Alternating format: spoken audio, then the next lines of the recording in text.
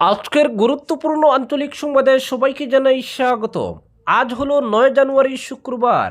আজকের সন্ধ্যার বিশেষ বিশেষ খবর হলো হাইলাকান্দি বিধানসভা কেন্দ্রে কংগ্রেস টিকিটের দাবিতে বায়োডাটা জমা দিলেন কবির উদ্দিন লস্কর।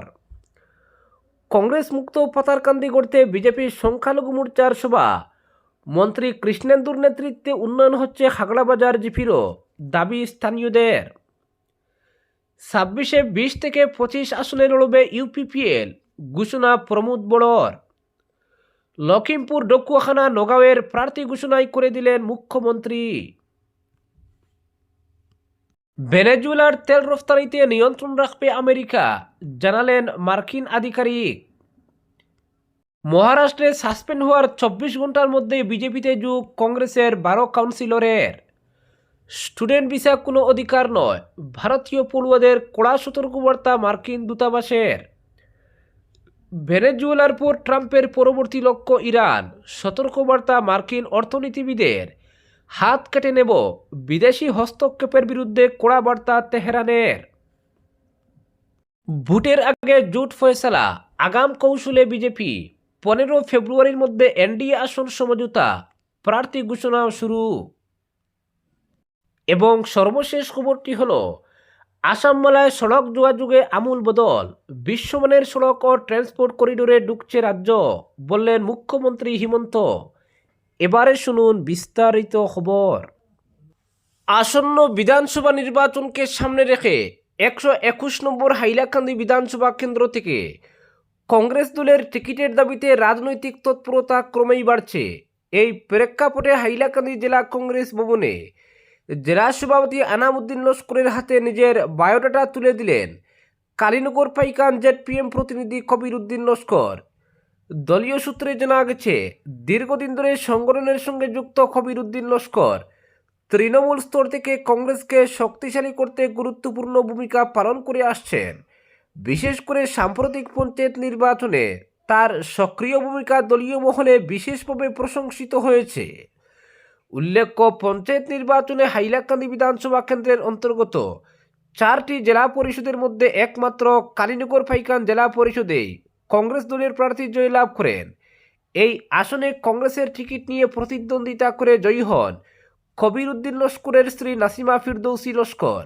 রাজনৈতিক পর্যবেক্ষকদের মতে এই জয়ের পেছনে কবির উদ্দিনের সাংগঠনিক দক্ষতা, মাঠ পর্যায়ের সক্রিয়তা এবং দলীয় কর্মীদের সঙ্গে সুসম্পর্ক বড় ভূমিকা পালন করেছে। শুধু তাই নয়, হাইলাকান্দি জেলা পরিষদ বোর্ড কংগ্রেসের দখলে আনতেও কবির উদ্দিন লস্কর গুরুত্বপূর্ণ ভূমিকা পালন করেন বলে দলীয় সূত্রে জানা গেছে। বিভিন্ন অঞ্চলের সমন্বয় রক্ষা, কর্মীদের একত্রিত করা এবং নির্বাচনী কৌশল নির্ধারণে তার অবদান ছিল উল্লেখযোগ্য। পরবর্তী খবর, আসন্ন আসাম বিধানসভা নির্বাচনের আগে আসন সমঝোতা নিয়ে যখন এখনও বেশিরভাগ রাজনৈতিক দল প্রকাশ্যে নিজেদের তাস গোপন রেখেছে, ঠিক সেই সময় শাসক জোট এনডিএ রণকৌশলে স্পষ্ট সময়সীমা বেঁধে দিলেন মুখ্যমন্ত্রী হিমন্ত। তিনি জানিয়ে দেন আগামী 15 ফেব্রুয়ারির মধ্যেই বিজেপি তার শরিক দলগুলির সঙ্গে আসন ভাগাভাগির চূড়ান্ত সিদ্ধান্তে পৌঁছবে। তবে শুধু সময়সীমা ঘোষণা নয়, মুখ্যমন্ত্রীর এই ঘোষণাকে আরও তাৎপর্যপূর্ণ করে তুলেছে একের পর এক প্রার্থী ঘোষণার কৌশল। এতে স্পষ্ট বার্তা দিতে চেয়েছে বিজেপি, ভোটের ময়দানে তারা আগাম প্রস্তুতি ও আক্রমণাত্মক অবস্থানেই এগোতে চায়। মুখ্যমন্ত্রী মহিলা উদ্যমিতা অভিযান কর্মসূচির ফাঁকে সাংবাদিকদের মুখোমুখি হয়ে হিমন্ত বিশ্ব শর্মা ঘোষণা করেন লখিমপুর বিধানসভা কেন্দ্রে বিজেপির প্রার্থী হচ্ছেন মানব ডেকা। এর ঠিক একদিন আগেই তিনি দক্ষিণখানা কেন্দ্রের জন্য নবাদুলেকে প্রার্থী হিসেবে ঘোষণা করেছিলেন।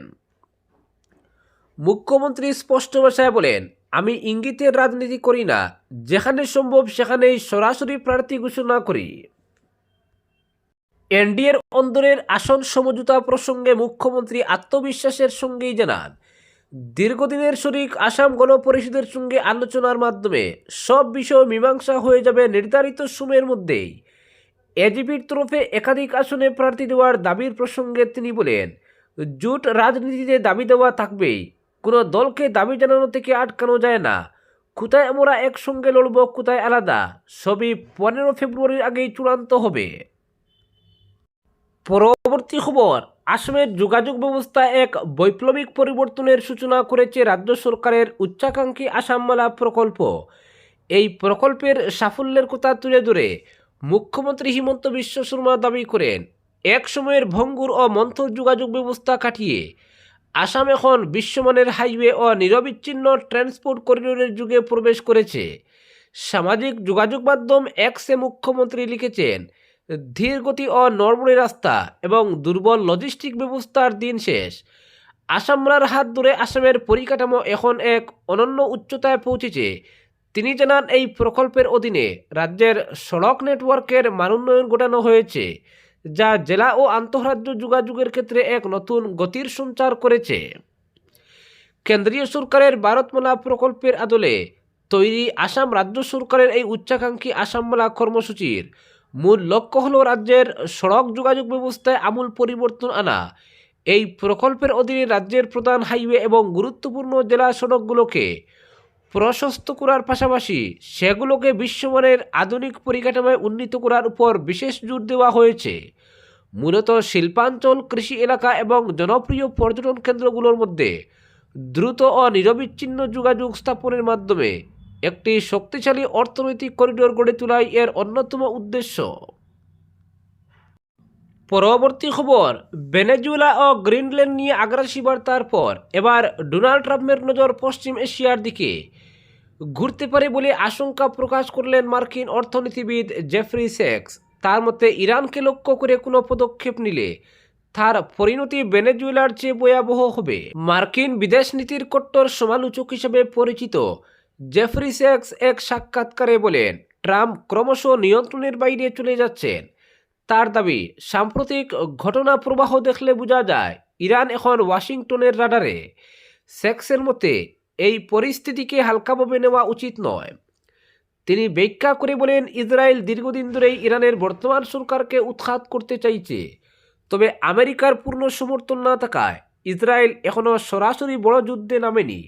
সাক্সের মন্তব্য, ইতিহাস বলছে ইসরায়েল যে সংঘাতে জড়াতে চায়, আমেরিকা শেষ পর্যন্ত সেই পথেই হাঁটে। গত বছর পরমাণু শক্তি বৃদ্ধি ইস্যুতে ইরান ও ইসরায়েলের মধ্যে উত্তেজনা চরমে উঠেছিল। সেই সময় ইসরায়েলের হামলার জবাবে ইরানও পাল্টা আঘাত হানে। পরিস্থিতি এতটাই গোড়ালো হয়ে উঠে যে ইরানের পরমাণু পরিকাঠামোয় আমেরিকাও হামলা চালায়। এই ঘটনার পর থেকেই তেহরান ও ওয়াশিংটনের সম্পর্ক আরও তলানিতে ঠেকেছে। এদিকে দেশের অভ্যন্তরীণ অস্থিরতা ঘিরে বিদেশি হস্তক্ষেপের আশঙ্কা এবার প্রকাশ্যেই হুঁশিয়ারি দিল তেহরান। মার্কিন প্রেসিডেন্ট ডোনাল্ড ট্রাম্পের প্রশাসন ইরানের সরকার বিরোধী আন্দোলনকে সমর্থন জানানোর পর ইরানের সেনাপ্রধান জেনারেল আমির হাতমি স্পষ্ট ভাষায় জানালেন, বাইরের কোনো শক্তি হস্তক্ষেপ করলে তার হাত কেটে নেওয়া হবে।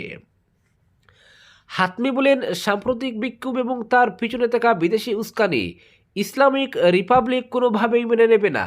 তার বক্তব্য, বিদেশ থেকে যদি কোনো আগ্রাসন আসে তার উপযুক্ত জবাব দেওয়া হবে। এই অস্থিরতা বিনা প্রতিক্রিয়া চলতে দেওয়া হবে না। পরবর্তী খবরটি হলো, আমেরিকায় পড়াশোনা করতে যাওয়া ভারতীয় ছাত্রছাত্রীদের উদ্দেশ্যে ফের কড়া বার্তা দিল মার্কিন দূতাবাস। স্পষ্ট জানানো হয়েছে, ভিসা কোনো অধিকার নয়, বরং বিশেষ অনুমতিপত্র। নিয়ম ভাঙলেই যে কোনো সময়ে ভিসা বাতিল হতে পারে এবং দেশে ফেরত পাঠানো হতে পারে।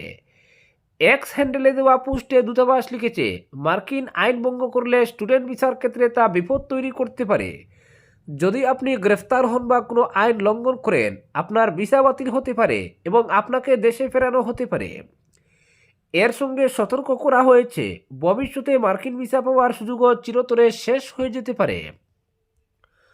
সম্প্রতি ভিসা সংক্রান্ত কড়াকড়ির কারণে ভারতীয় আবেদনকারীদের ইন্টারভিউ পিছিয়ে যাচ্ছে। এর ফলে অনেকেই চাকরি বা পড়াশোনার সুযোগ হারানোর আশঙ্কায় রয়েছেন। তবে যারা ইতিমধ্যেই ভিসা পেয়েছেন তাদেরও নিয়ম মেনে চলার বিষয়ে বিশেষভাবে সতর্ক করেছে দূতাবাস। উল্লেখযোগ্যভাবে দ্বিতীয়বার হোয়াইট হাউসে আসার পর প্রেসিডেন্ট ডোনাল্ড ট্রাম্প ভিসা নীতিতে একাধিক পরিবর্তন এনেছেন। আবেদনকারীর সোশ্যাল মিডিয়া কার্যকলাপ যাচাই বাধ্যতামূলক হয়েছে। পাশাপাশি ভিসা ফি এবং বিদেশি ছাত্রছাত্রীদের টাকার মেয়াদেও পরিবর্তন এসেছে। এই নতুন নিয়মগুলি আমেরিকায় উচ্চশিক্ষার জন্য যেতে চাওয়া ভারতীয়দের উপর সরাসরি প্রভাব ফেলতে পারে বলে আশঙ্কা করা হচ্ছে। পরবর্তী খবর, মহারাষ্ট্রের অম্বরনাথ পৌরসভা ক্ষমতার সমীকরণ নিয়ে তীব্র রাজনৈতিক নাটক। বিজেপির সঙ্গে জোট করার অভিযোগে যাদের কংগ্রেস দল থেকে সাসপেন্ড করেছিল সেই 12 জন কাউন্সিলর 24 ঘন্টার মধ্যেই গেরুয়া শিবিরে যোগ দিলেন।